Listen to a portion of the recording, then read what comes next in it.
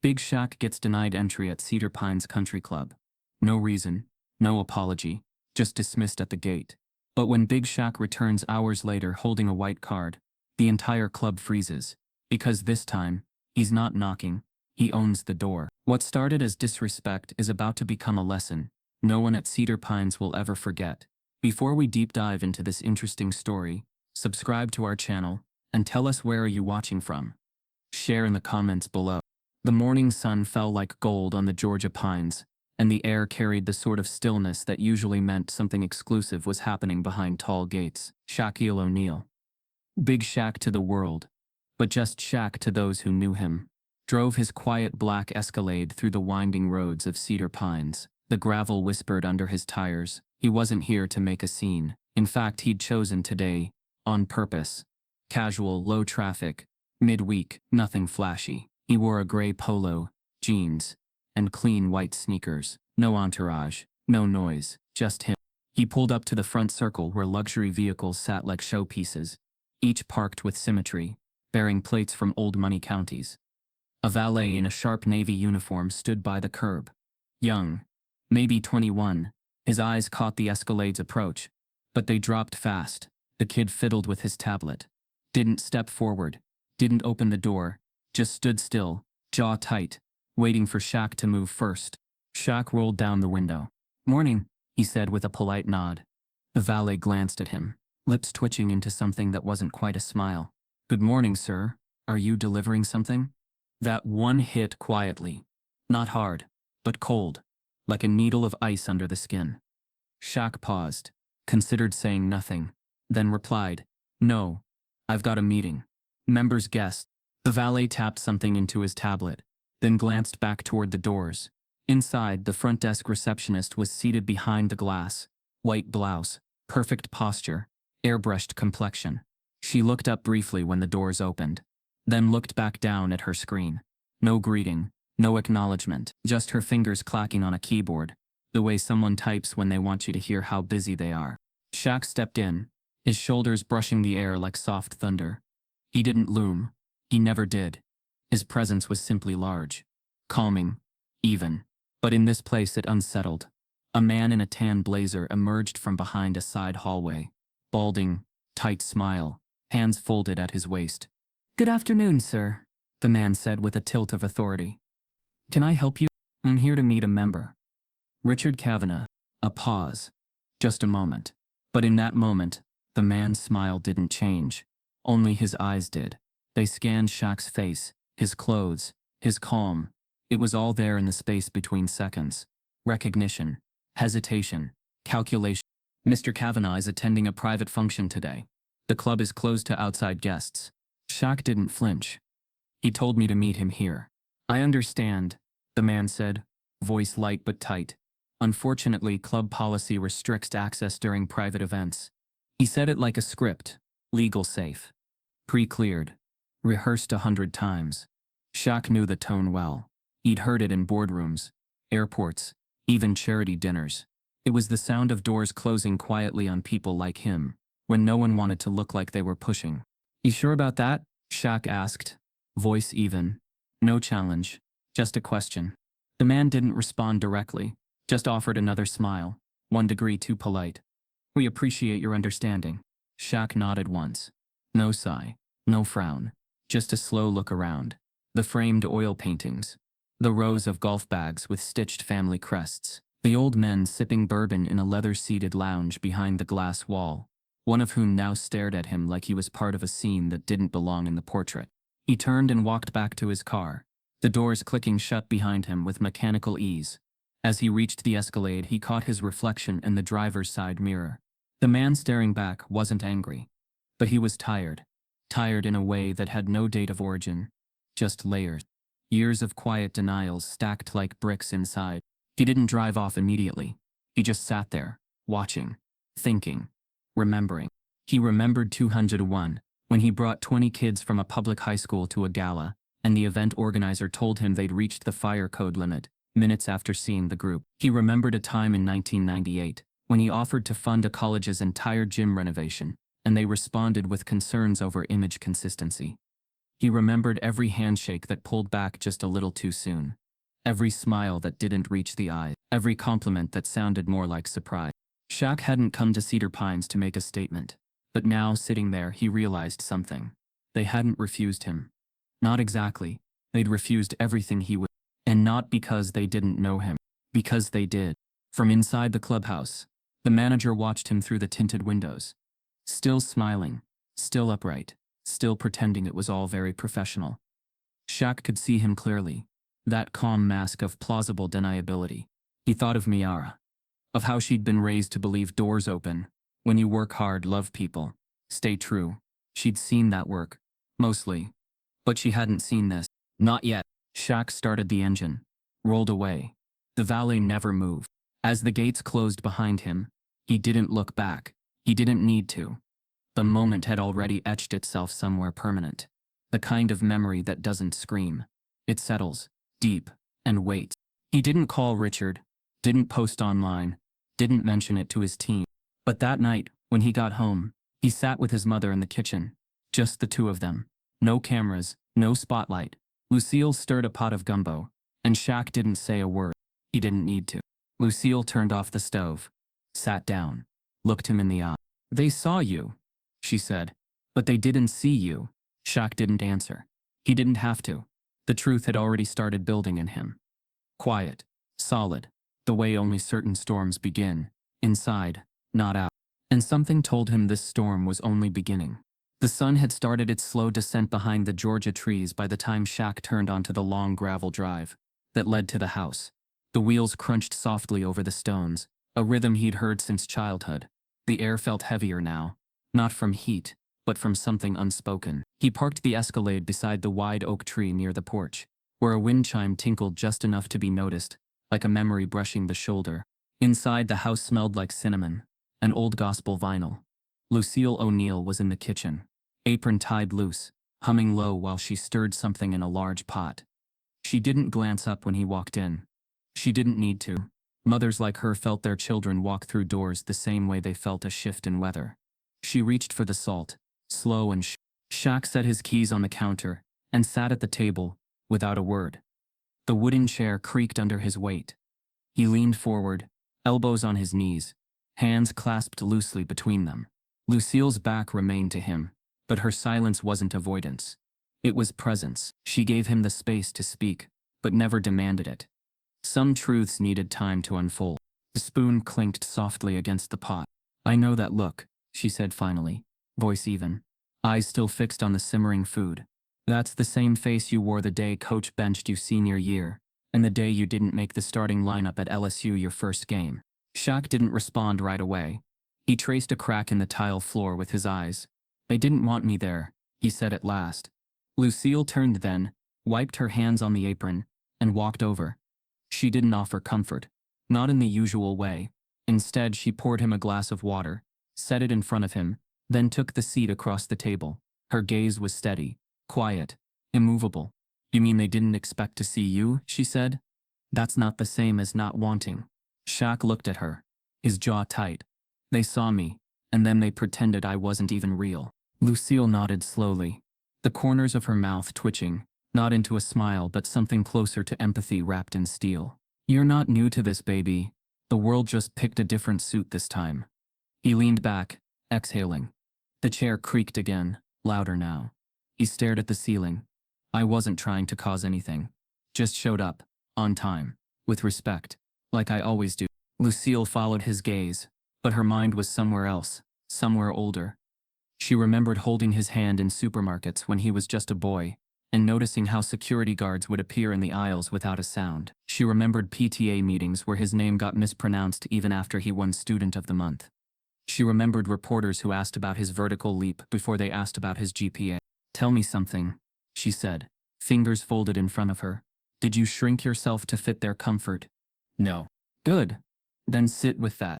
The room grew quiet again. Not empty, just full of a different kind of weight. The kind that sits behind the ribs and makes you slow down. Shaq's eyes drifted to the family photos lining the mantel.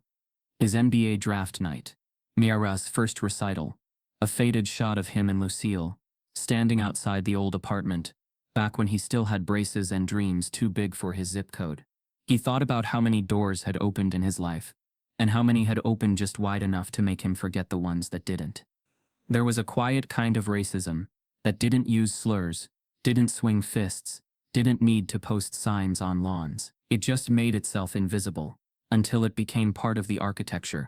At Cedar Pines, that architecture had spoken louder than any word. Funny thing, Shaq said suddenly, more to himself than anyone else. I could have bought that entire damn club. Lucille gave him a long look.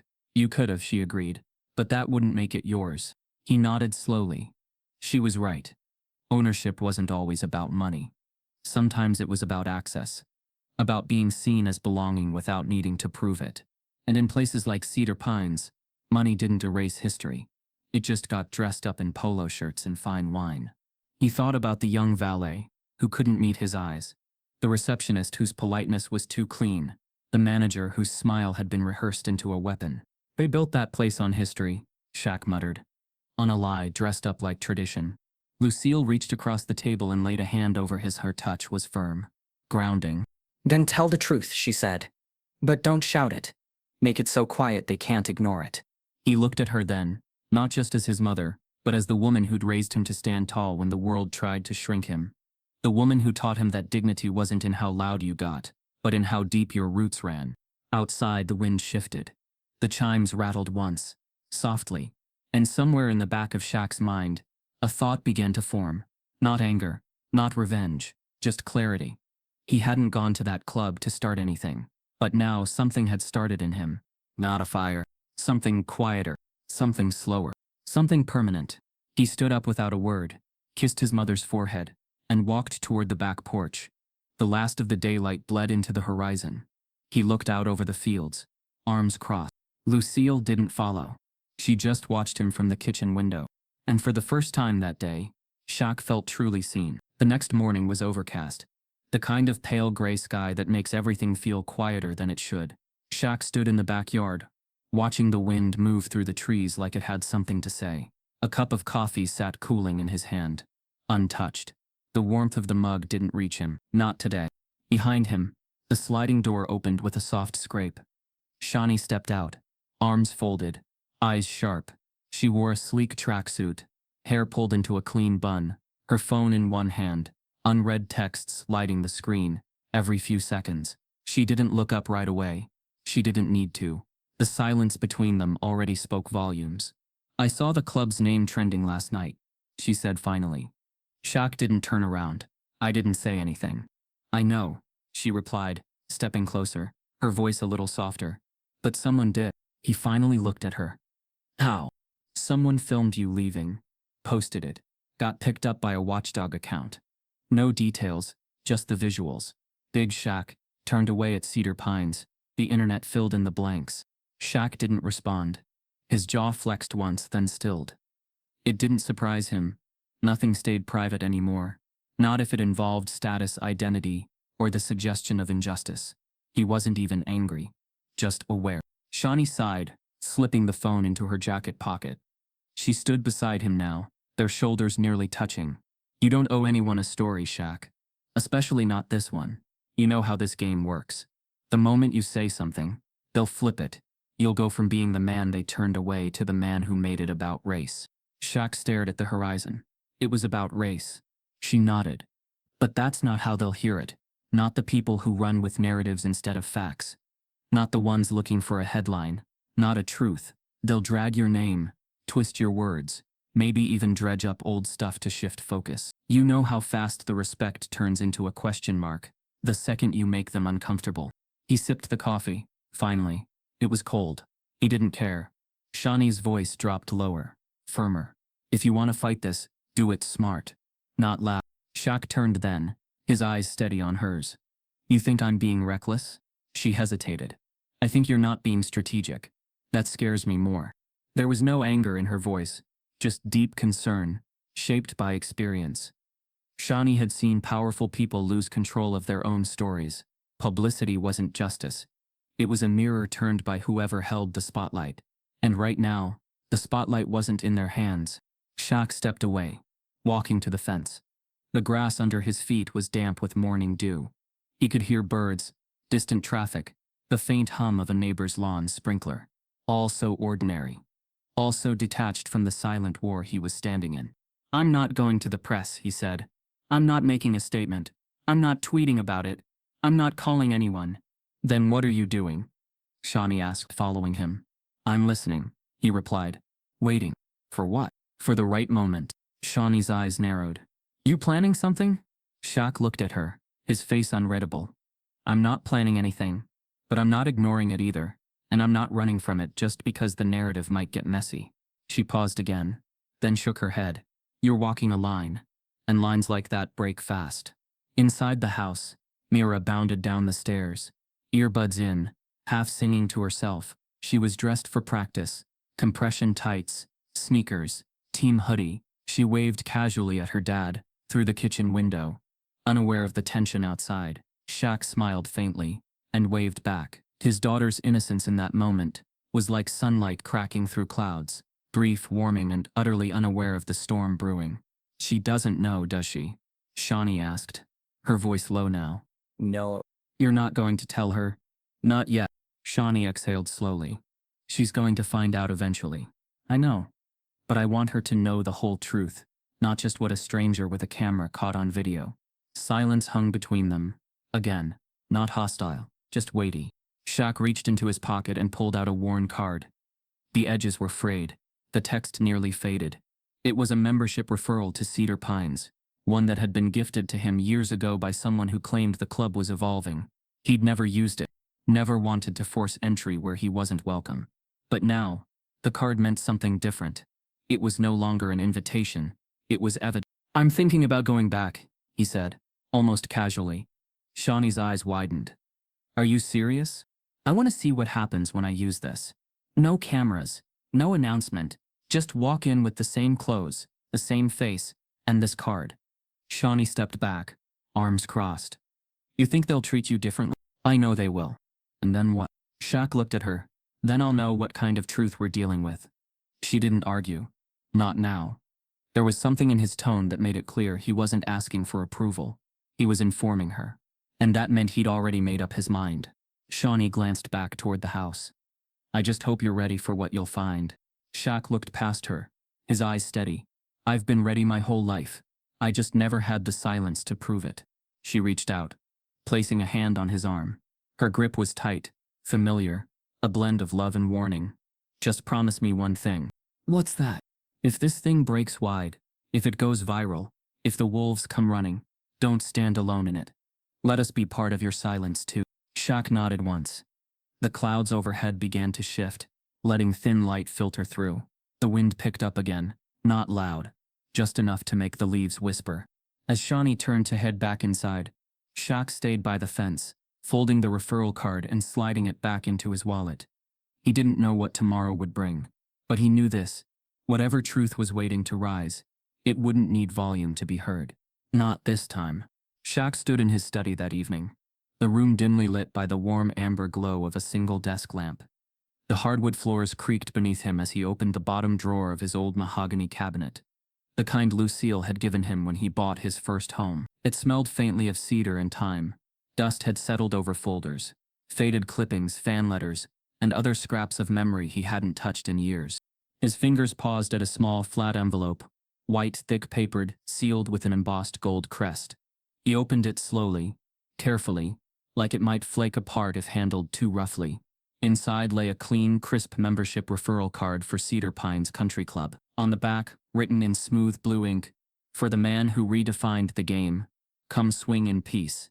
Yours, Landon." Landon Wexler.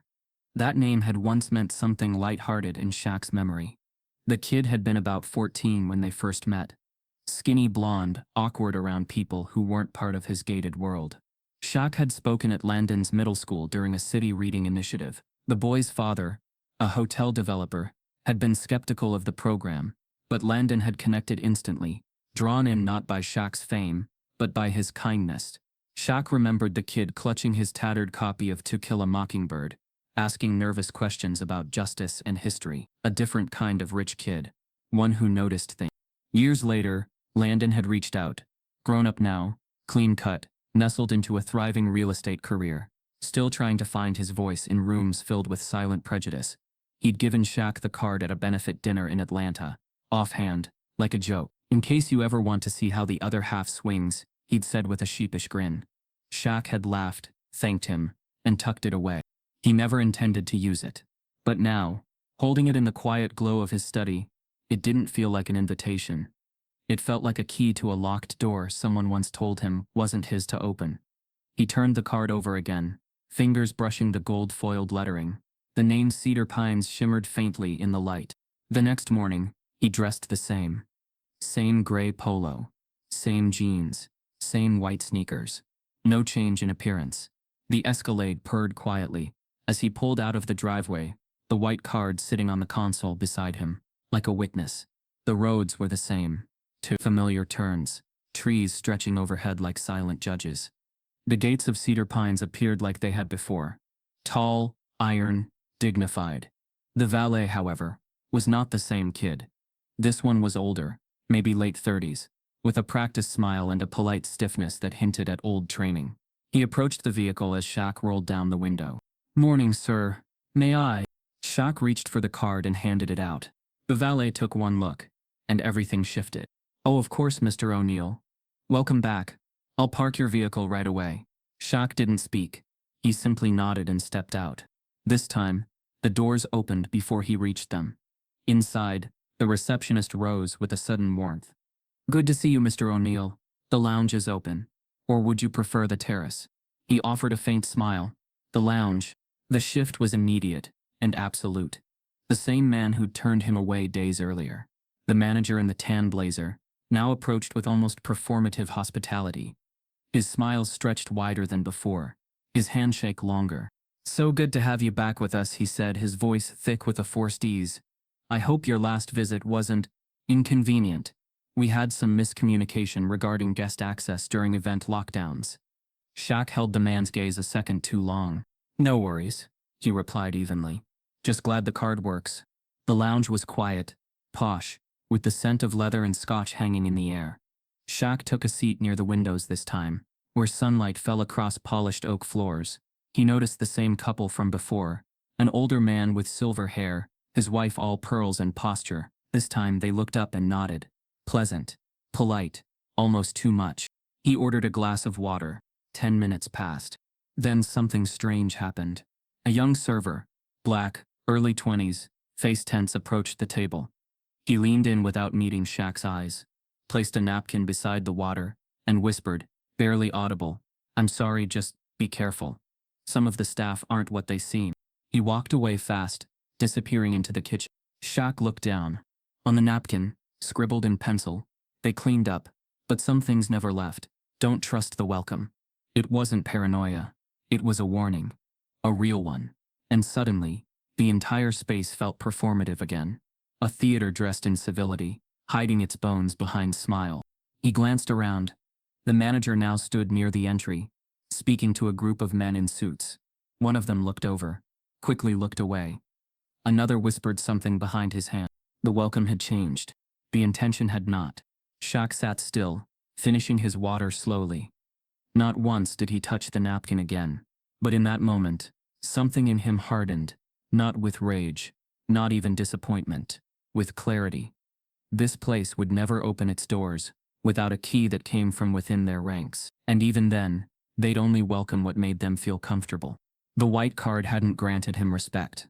It had just cloaked the discomfort in protocol. He stood, walked to the foyer, and thanked the staff with calm grace. The manager offered to have his car brought around. "I'll walk," Shaq said simply. "Feels better today." As he stepped outside, a voice called from behind. "Mr. O'Neill?" It was the older couple's daughter, early 30s, sharp features, tailored dress, clipboard in hand. "We're hosting a community golf gala next month. We'd be honored if you'd attend." Shaq turned slightly, offered a small smile. "I'll think about it." He walked toward the valet stand on foot. The trees overhead rustled with a breeze that hadn't been there earlier. It felt good, free. But even freedom had edges. Back in the car, he placed the white card back into the envelope, sealed it, and slid it into the glove box. He wasn't angry. He was awake. And now he had proof. Not of discrimination, Not of a scene, but of contrast. A living snapshot of who they allowed in, and how quickly they changed once the name had weight behind it. He drove away without looking back. But this time, he didn't go home. He drove to his foundation's office, unlocked the back room where old documents were stored, and began to write. Not a complaint, not a social media post. Something quieter, an archive.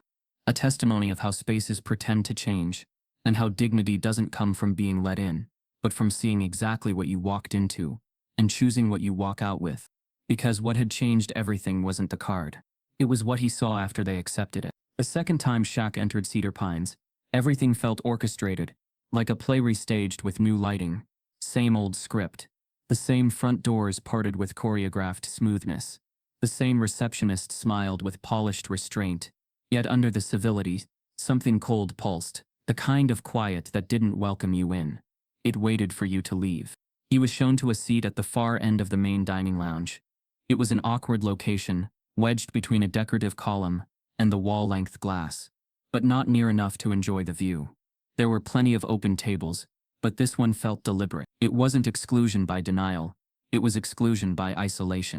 He sat down, letting the silence surround him. Around him, the room ticked forward. Silverware clinked gently.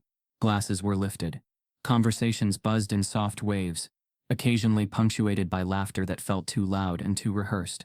A few tables over, a woman in pearls whispered behind her hand to her companion, her eyes darting toward Shaq, then quickly away. Her partner glanced over his shoulder, raised his wineglass slightly, and smirked before turning back to his steak. Shaq didn't flinch. He didn't even blink. He sat there with the posture of a man, used to being observed, measured, second-guessed.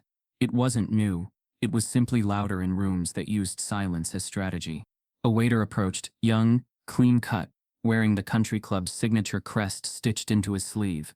He placed a glass of water on the table and asked if Mr. O'Neill would like to see the lunch menu. Shaq nodded once, barely lifting his eyes. The waiter retreated. As Shaq reached for his water, something caught his attention from the corner of the room. A slow shuffle, like shoes skimming tile. He turned slightly. An elderly black janitor was pushing a utility cart across the back edge of the lounge. His face was lined, his posture slightly bent, but his eyes were sharp. He paused briefly, checked the trash bin near the service station, then veered subtly toward Shaq's table. He moved with the kind of precision that made his actions look natural, unremarkable. But when he reached Shaq, he did something unusual. He leaned over the table for just a moment, long enough to adjust the salt shaker, long enough for his hand to slip something beneath it. Then he moved on. No eye contact. No words. Shaq waited a few seconds, then lifted the shaker. A white napkin lay beneath, folded, creased. He slid it toward himself slowly, and unfolded it. In small, shaky handwriting, it read, "Don't drink anything here. Ever." The words hit harder than anything said aloud. Shaq glanced up, eyes scanning the room. The janitor was already across the lounge, wheeling his cart toward a side hallway that led back into staff-only corridors. No one else had noticed. Or if they had, they pretended not to. He looked down at the glass of water, now glistening under the light like crystal, untouched. The condensation trailed lazy lines down the side. He pushed it away. The weight of the napkin grew heavier by the second. What had that man seen? What did he know? And why deliver the warning now? Shaq's mind turned over the details. The exaggerated politeness, the carefully distanced seating, the sideways glances. He hadn't touched the menu, hadn't asked for service, and yet his glass had arrived before anything else. He stood up. The same waiter who had greeted him earlier turned quickly, too quickly, as if he'd been watching. "Is everything all right, sir?" Shaq nodded. "Just need a breath of air." The waiter smiled thinly. "Of course. Take your time." Shaq stepped out onto the side terrace. The afternoon sun broke through the trees, casting long shadows across the patio stones. He stood still, looking over the perfectly manicured golf course, the line of carts beyond the trees, the tennis courts gleaming under fresh nets. This wasn't just a country club. It was a fortress built on history, polished and palatable, but deeply selective. Everything was about optics here. Inclusion without intimacy, presence without participation. The napkin remained in his hand. He folded it again, slipped it into his back pocket. Inside, through the glass wall, he could see his table from the patio. Another waiter had already come to check it. A third joined him, casually glancing toward the terrace. He didn't return. Instead, he took the long path around the club's side yard, past the ornamental hedges and antique water fountain. He walked the perimeter like he was inspecting a memory. With every step, the message on that napkin carved itself deeper into his thought. This wasn't about a single drink. This was about power. About knowing you were being watched, tested, maybe even targeted, but never directly. Racism here didn't swing bats. It poured your water before you asked. Shaq reached the front drive and signaled for his car. The valet recognized him instantly and jogged off without a word. As he waited, a man in a gray sport coat emerged from the lobby, late 40s, sun-tanned, athletic. He looked familiar. One of the board members, maybe. He gave Shaq a polite nod. Good to see you back, Mr. O'Neill. Hope they're treating you well. Shaq turned slightly toward him. Depends on what you mean by well. The man chuckled, as if they were in on the same joke. You know how it is. Some folks here are slow to adjust. But your presence is good for optics. Shows progress. Shaq let the words settle. Good for optics. The phrase sat in the air like spoiled wine. He didn't reply. Didn't need to. The Escalade pulled up, engine humming low. He thanked the valet, tipped him cash, and got in without another word. As he drove off, he didn't turn the radio on. Just silence. Heavy and telling. The napkin remained in his back pocket, now damp with sweat from the Georgia heat. It had become more than a warning. It was proof. Not of poison, perhaps, but of mindset, of legacy, of fear disguised as politeness, of a structure built to make men like him feel grateful for being tolerated. And now, he knew something else. He wasn't the first to be warned. That janitor's eyes had seen more than they could say. He didn't have a microphone or a platform, but he had survival. And in that single gesture, he'd spoken louder than any press conference. Shaq drove back toward the city, the trees bending over the road like old men watching a quiet procession. There was no outrage in his chest, no vengeance, just resolve. Because now he didn't just know what Cedar Pines looked like from the outside. He knew what it felt like on the inside. And someone out there had already begun whispering the truth.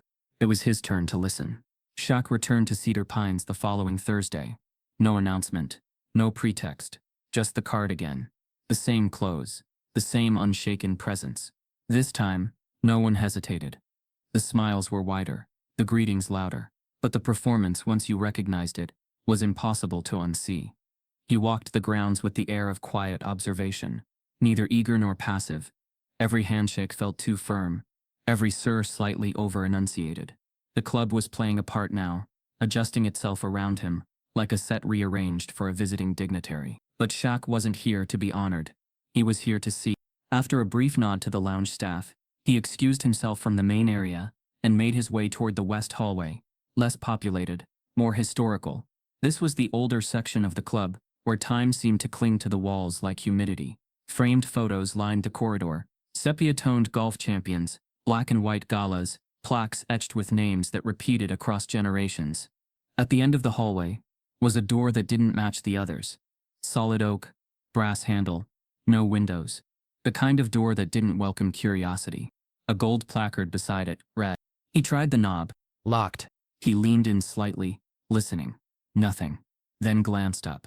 A keycard reader sat just above the handle, modern, discreet. He reached into his wallet and pulled out the laminated guest card Landon had included with the referral. Premium access, full rights, temporary. It wasn't supposed to open this room. But when he held it against the reader, there was a soft click. The door opened. Inside, the lighting was dim, tinted gold. The room smelled of old books and furniture polish. Trophies gleamed on glass shelves, lined up in perfect symmetry. Silver plaques, engraved cups, framed autographs. At first glance, it looked like a shrine to country club tradition. But Shaq wasn't here for trophies. He moved slowly, methodically, past the first row of display cases, then toward the wall near the back, where older documents and photographs were framed beneath archival glass. That's when he saw the first image that stopped him cold. A 1937 group photo, labeled Founders Weekend. 12 men and 3 women stood in front of a plantation-style porch. All were smiling. 5 of them, men in tuxedos, were full blackface. Shaq's stomach turned. Beside it, another photo. A banquet dinner dated 1954. Every face white. Every table tagged with a gold placard.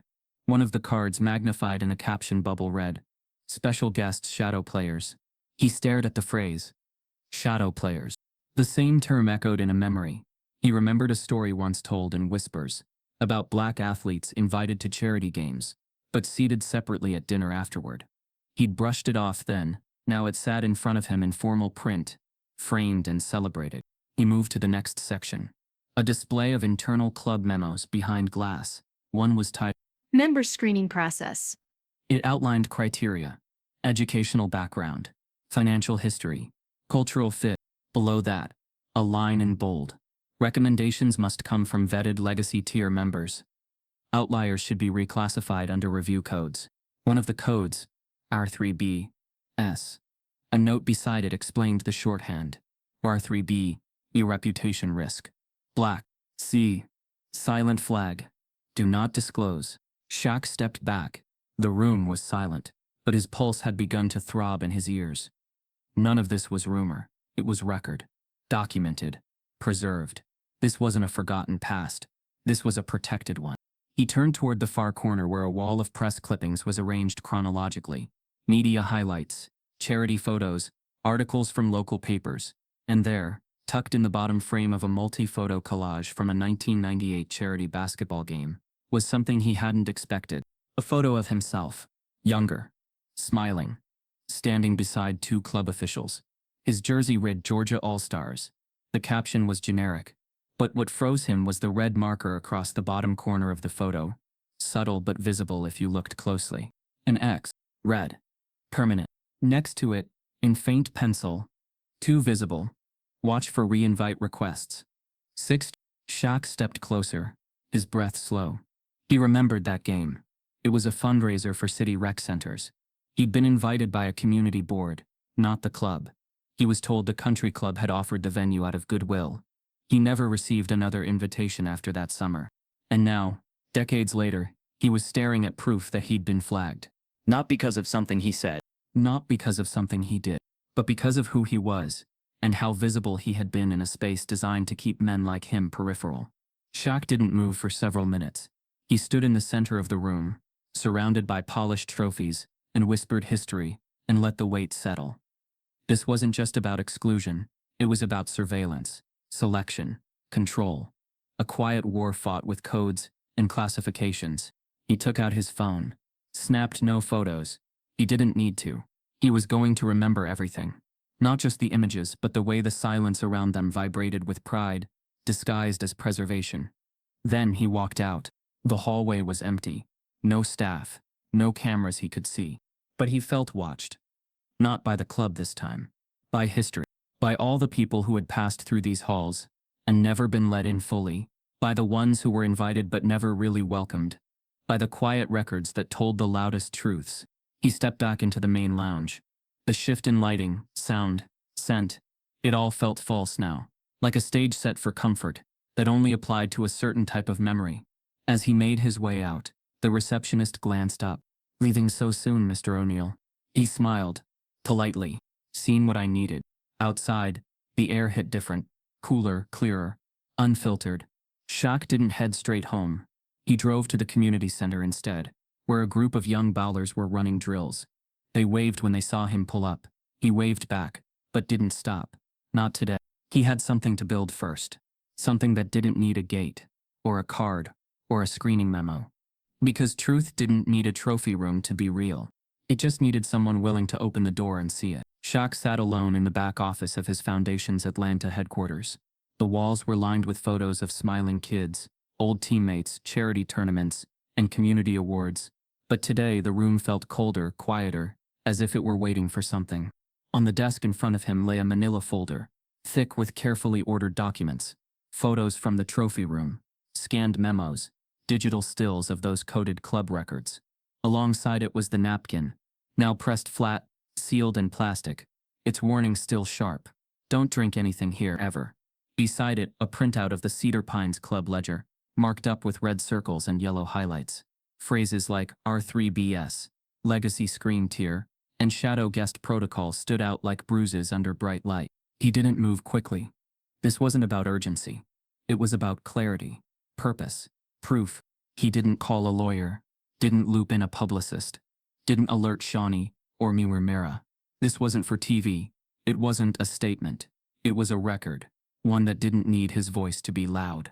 It just needed access. On his laptop, he opened the admin panel for the Foundation's website. It had a small backend, usually reserved for media kits, downloadable event flyers, annual reports, the kind of files most people never looked at. Deep in the structure, he created a new page. No header, no press release, just the facts. He uploaded the scanned memos from the trophy room first. Then the photos, every single one, including the 1937 blackface banquet and the 1998 charity game, with his face marked in red. He included the image of the memo that described screening flags, the handwritten pencil note beside his photo, and the close-up of the coded racial classifications. He scanned and posted the napkin last. No words, no speculation. He didn't watermark anything, didn't encrypt, but he made the page unlisted. A ghost page, hidden in plain sight, accessible only by direct link. He checked every file twice, triple-checked formatting. Then he closed the laptop and waited. 2 days passed. In those 48 hours, the world kept spinning. Cedar Pines posted pictures of its new tennis court renovations. Politicians tweeted about unity. Cable news focused on Wall Street noise. Nothing about the club made headlines. No one had any idea what had been quietly dropped into the digital ether. But on the third morning, Shaq sent a single email. It went to Braylon Knox, a 25-year-old independent investigative journalist, known for her sharp instincts and fearless reporting. She wasn't part of any media machine. She ran her own Substack, freelanced for watchdog outlets, and had blown the lid off 2 major donor scandals in the last year alone. She wasn't famous. She wasn't safe. But she was smart and hungry for truth, not attention. The subject line of the email simply read, "This isn't a story, it's a room." The body of the email contained one line. No quotes, no commentary, just facts. Use what you will. And below it, the link. Shaq hit send. Then he closed his inbox and walked away. He didn't call to follow up, didn't refresh the page. He went about his day as usual. Visited a school basketball program, sat in on a local rec center meeting, spent the evening with Lucille watching old westerns. But in the background, the fuse had already been lit. Braylon opened the link that night, and once she did, she didn't sleep. The next morning, her Substack published a post titled "The Room Behind the Gate," a private archive of American politeness. It didn't name Shaq. It didn't reference Cedar Pines directly. But the imagery, the documents, the scanned memos, it all spoke for itself. It exposed the language of elitist exclusion. It dissected the cold efficiency of social separation. It raised questions about how many more clubs operated under similar unspoken codes. The post caught fire, not through scandal chasers, but through educators, activists, athletes, former staffers of country clubs who had long suspected what had never been proven. Within hours, national watchdog accounts were reposting it. Within a day, the screenshots were everywhere. Still, Shaq said nothing. And that silence became part of the story. Because the power wasn't in what he'd said. It was in what he didn't need to say. He had placed the truth exactly where it needed to be. Not in front of cameras, not in a protest, but behind a digital door that the right person could walk through and open for the world.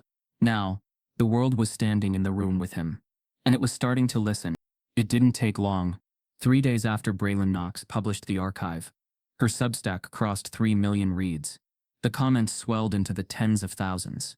Teachers were printing out excerpts for classroom discussions. Black historians began threading receipts on social media. Former country club employees from Georgia, Texas, the Carolinas slid into Braylon's inbox with their own stories. None were as thoroughly documented as what Shaq had provided. But together the pieces painted a pattern. What made the story explode wasn't that it was scandalous. It was that it was undeniable. The images, the codes, the napkin.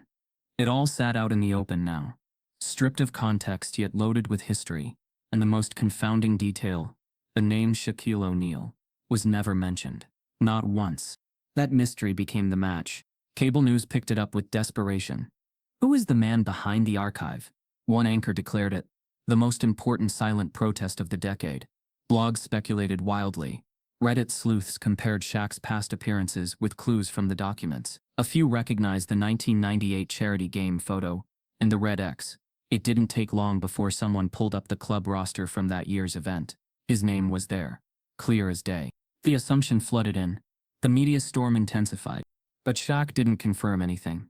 He didn't tweet. He didn't post. He didn't speak. Instead, he went to work, same as always. He showed up at a youth game in Birmingham, sitting courtside in a folding chair, eating nachos with a kid on his lap, who didn't know a thing about country clubs. He delivered 10 laptops to a struggling high school in Mississippi. The footage of him quietly handing a scholarship certificate to a tearful student outside a Detroit gym went viral, not because of what he said, but because he didn't say anything. The silence became a campaign of its own, and the public didn't know how to process it. Some declared him a hero, a quiet warrior of dignity. They praised his discipline, his patience, his refusal to be baited into spectacle. They saw the silence as strength, like Dr. King with broader shoulders and quieter fury. Others didn't see a hero at all. They accused him of reverse discrimination, claimed the documents were fake, called the archive a targeted takedown of tradition. The phrase soft terrorism trended for 3 hours on one fringe network. A senator tweeted that anonymous digital leaks are eroding the soul of this country. The tweet was deleted 2 hours later when users dug up photos of the senator at a golf fundraiser, hosted by Cedar Pines. Meanwhile, the club itself began to fracture. Cedar Pines issued a tightly worded statement calling the documents unauthorized, misleading fragments of historical context, and insisted they had evolved substantially. But it didn't help. Their largest private donor, a major telecom CEO, pulled his funding within. 2 board members resigned quietly. Memberships began to drop. Not all in protest, but some in shame, some in fear of association. The golf brand that had sponsored their spring tournament announced it would no longer partner with any organization found perpetuating discriminatory legacy practices. 2 caterers cut ties. A high school canceled a planned field trip to their leadership day. Yet Shaq still didn't speak. Journalists camped outside his foundation office. Paparazzi followed his car for a week. Talk shows dissected his silence with obsessive fervor. He was invited to speak at panels. He declined. He was offered exclusive cover stories. He didn't answer. A news network offered him a 7-figure donation to his foundation in exchange for an exclusive sit-down. He sent back the check, unsigned. Lucille watched it all unfold from her porch, knitting on the same swing where she'd once rocked a young Shaq to sleep. She didn't do interviews either, but she watched her son with something deeper than pride. It was recognition of a man who had turned pain into posture, who knew when to speak, and when to let the silence do the cutting. Shawnee, on the other hand, was furious, not at Shaq, but at the noise, the manipulation, the fact that everyone wanted a soundbite from a man who had already told them everything they needed to know without using his voice. One morning, she stormed into his office, dropped the latest newspaper on his desk. Front page, "The king who won't speak. They're not gonna stop," she said. "They need to put you in a frame they can hang on their walls. You either become the angry black man or the obedient giant who forgives them. And they're mad they can't tell which one you are." Shaq looked up from his laptop, leaned back. "I'm not either," he said. She stared at him. "So what are you?" He held her gaze. "I'm the mirror." She went quiet, because she understood what that meant. He wasn't here to fight. He wasn't here to teach. He was here to reflect back everything they'd chosen not to see about their country, their comfort, their clubs. His silence wasn't absence. It was accountability. Back at Cedar Pines, a quiet coup was forming. Younger members began asking questions about the archive, the codes, the flagged memberships. A junior staffer leaked an email chain where board members debated scrubbing legacy mentions from the handbook. An anonymous post from an ex-employee revealed that the trophy room had since been closed for renovations. More photos started surfacing. More stories emerged. And all the while Shaq kept moving. One city to the next. No press team, just him and a sense of unfinished business. Because the truth wasn't in the headlines. It was in the shifts. In the cracks that started appearing where the marble once looked smooth. And eventually, America blinked. Not because a man stood on a podium, but because he didn't. Because he walked into a room, saw what was inside, and walked out without shutting the door behind him. And the silence that followed? It wasn't absence. It was invitation. It was late evening when the Range Rover rolled up to Shaq's private driveway. Matte black, windows tinted deep, tires too quiet for someone that angry. The front lights cut through the dusk like searchlights. Lucille, watching from the kitchen window, narrowed her eyes. She didn't recognize the car, but she recognized the energy. Something was coming that didn't want to wait. Shaq opened the door himself before the knock landed. He already knew who it was. Edmund Velor. Old money. Clean hands. A familiar name in finance circles. Publicly charming. Privately dangerous. The kind of man who knew how to laugh at the right volume. How to donate, without empathy, and how to make a room pivot without ever raising his voice. Years ago, they'd done a real estate deal together. They weren't close, but they had once shared dinners, played cards, traded stories like two men who'd grown up on different sides of the same map. That ended a while ago. Edmund looked thinner now, more wired than Shaq remembered. His suit was pressed, but his collar was loose. His steps, usually calculated, were jagged with urgency. "You could have called me," he said, stepping inside without waiting for an invite. Shaq closed the door calmly behind him. "You should have called me when you knew," Shaq replied. Edmund turned on him, jaw clenched, eyes rimmed red. "I didn't know this. I didn't know it went that far." Shaq studied him, silent, measured. Edmund's voice was cracking under the weight of something: fear, guilt, ego. It was hard to tell. They stood in the front room without ceremony. No drinks, no chairs, just space and tension. "You know what this has done?" Edmund snapped. "3 of our donors gone. A 4th is about to divest. My face is being dragged through the news like I built the damn codes myself." Shaq raised an eyebrow. "Did you?" Edmund flinched, just slightly. "No. But I didn't tear them down either." That was the first honest thing he'd said. Shaq motioned toward a nearby armchair, but didn't sit himself. Edmund hesitated, then sank into it, as if his anger had started to leak out through his spine. "You should have come to me," Edmund said again, voice lower now. "Before this went public, we could have handled it internally. We could have fixed it." Shaq's eyes were steady, flat, tired. "You were never supposed to be the gate, Edmund." That landed like a weight thrown onto thin ice. Edmund leaned forward, elbows on his knees, hands clasped tightly, as if holding something together that was already breaking apart. "I thought we were good," he said. "I vouched for you at the club, remember? I defended you when they said you weren't." He stopped himself. Shaq didn't move. His silence was sharper than any interruption. Edmund swallowed hard. "They never expected you to come back after that charity game. They said it was a one-time flex. That's what they called it. A flex." Shaq nodded slowly. "And that little red X in the photo, was that your idea?" "No," Edmund said quickly. "But I saw it, and I let it stay there." The air in the room thickened. "And the screening memos?" Shaq asked. "You didn't write them either?" "No. But I reviewed the updates every quarter. I thought—" He paused, frustrated. "I thought it was just a formality. I didn't think it meant—" "You didn't want to think," Shaq corrected. Edmund's hands trembled slightly now. His breath slowed. "They blacklisted you. Not because of your record. Not because of your reputation.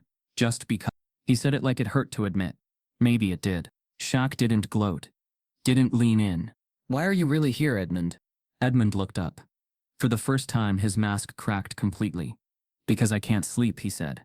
"Because I was part of something too big, too quiet, for too long. And I thought if I stayed silent, I'd be innocent." "You're not." "I know." The room fell still. And then slowly, Edmund reached into his coat pocket and pulled out a leather-bound folder. He laid it on the table between them, like an offering. Shaq didn't open it. He didn't have to. "It's everything," Edmund said. "Emails, names, cross-club communication logs. They all share data, Shaq. Not just Cedar Pines, 14 clubs across the South and East Coast. Private lists, color-coded, quiet referrals, hidden removal." Shaq stared at the folder. "You're not giving me this for justice," he said. "You're giving me this because you want to sleep again." Edmund nodded, ashamed. "And because maybe if someone like you tells the truth, it'll mean something." Shaq stepped back. "You had power for 20 years, Edmund. You used it to keep the door shut. Now you want to hand me the key and call it redemption." "I don't want redemption," Edmund said quietly. "I just want it to stop." Shaq finally walked to the folder and picked it up. It was heavier than it looked. Inside it, the bones of a system dressed in etiquette and exclusivity, racism in loafers and silk ties. He looked at Edmund once more. This time, not with anger, with disappointment. You could have been the one who fixed it, he said. But you chose to watch it work. Edmund lowered his head. Shaq didn't say anything else. A few days later, Edmund Veller made a public statement. He didn't name names, but he named the system. He confirmed the archive.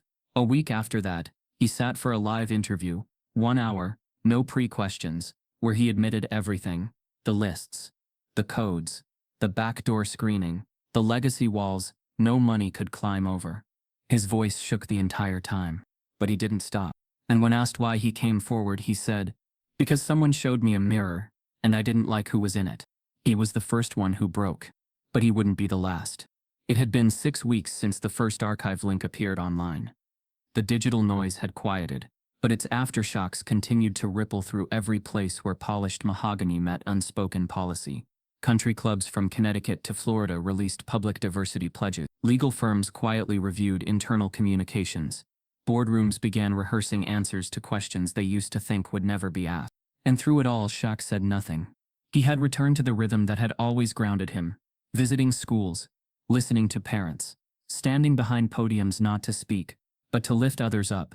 His silence, once misunderstood, had become something else entirely, a presence, and that presence moved. On a calm Saturday morning, Shaq pulled into the circular drive of a different club, Marigold Hills Golf and Social, nestled on the outskirts of Charlotte.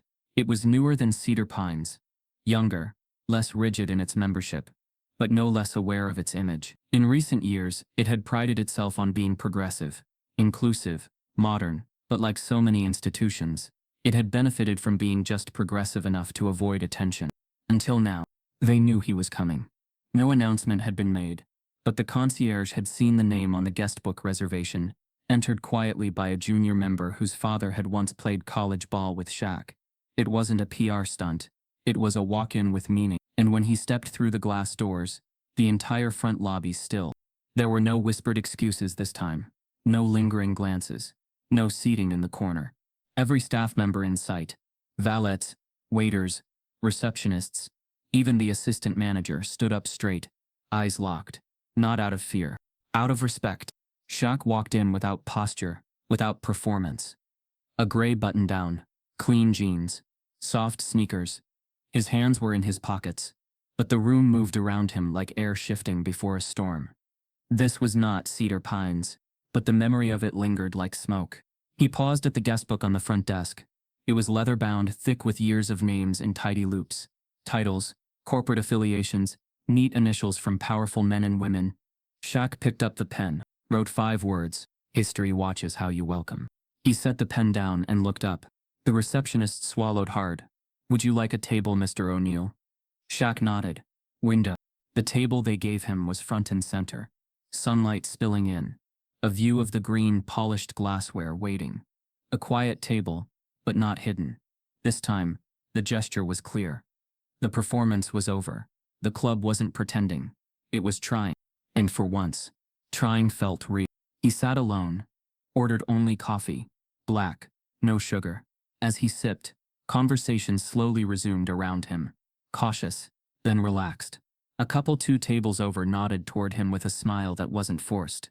A young busboy approached and quietly asked if Shaq remembered him. His name was Ryan. They'd met at a high school charity event 2 years ago. Shaq remembered. The kid had made his first free throw that night in front of a packed gym and cried on his dad's shoulder afterward. Ryan was working here part-time now, saving up for school. Shaq shook his hand, told him to stay sharp. None of it made headlines that moment. No one live-streamed the handshake. No one asked for a photo. But someone filmed it from across the room anyway. And the footage, simple, clean, wordless, hit the internet that evening. It showed Shaq entering Marigold Hills. No entourage. No press. Just presence. Then came the close-up of the guest book. The 5 words. That clip, only 27 seconds long, would go on to be viewed more than 30 million times in the next 4 days. Not because it was shocking, because it was still, because in a world addicted to noise, something about that moment demanded a pause. It became the mirror. Again. But this time, the reflection wasn't one of shame. It was of possibility. College students posted side-by-side comparisons of Shaq's treatment between the two clubs. Civil rights scholars quoted the guestbook phrase like scripture. Public speakers closed their TED Talks by referencing it. Editorials didn't shout about injustice this time. They pondered what it meant to be silently confronted by your own thresholds. The phrase appeared spray-painted onto a wall at Howard University. It was used in a campaign by a nonprofit focused on reforming private membership policies nationwide. One woman even had it tattooed across her forearm in cursive. Below it she added, "Big Shaq. Quiet." Back in Atlanta, Mayara watched the clip from her dorm room. The footage played on a loop on her laptop, while she sat cross-legged on her bed, books sprawled out, a hoodie half-sipped. She didn't cry, but she didn't smile either. She just stared, a slow weight settling in. This was the man she'd always known. The one who didn't perform. The one who didn't bark back at hate, but built something bigger beside it. She picked up her phone and texted him. They see it now. Finally. Shaq never replied, but he saw it. Shawnee watched from her office, lips pressed tight, eyes misting over but holding steady. She had fought hard for strategy, for caution. She had warned him the world would twist silence into weakness. But now she realized, he hadn't been silent. He had been patient, and that was louder than any press conference. Lucille saw the clip on her old iPad, sitting at the kitchen table with a cup of hot tea and her reading glasses slipping down her nose. She didn't finish watching it. She didn't need to. Her hand trembled slightly as she set the tablet down. Then she reached for the old photograph of Shaq as a boy. No taller than a fourth grader, toothy grin, holding a basketball twice too big for his hands. She wept quietly. Not because the world had changed, but because, just maybe, it had begun to listen. Shaq never mentioned the footage, never posted about it, never even told anyone he saw it. He just kept going. He visited a college prep center in Baton Rouge, helped lay the first bricks at a new mentorship center in Oakland. He met with city council members behind closed doors about integrating legacy systems into community outreach plans. Everywhere he went, someone recognized him. But fewer asked for selfies. They asked about space, about truth, about access. The clubs that once saw him as an exception had started using his name in board meetings like a measuring stick. And that was the shift. Not in who held the keys, but in who demanded to see the doors. Shaq didn't open the gates by force. He simply stood before them long enough for the rest of the world to ask, why are they even there? He didn't need applause. He didn't seek vindication, because sometimes the loudest justice is the one that never raises its voice. If this story made you pause, question, or see something differently, good. That's where change begins. Stay awake. Stay curious. Pay attention to the silence between the headlines. Because the next door that needs opening might not be at a country club. It might be the one you walk past every day.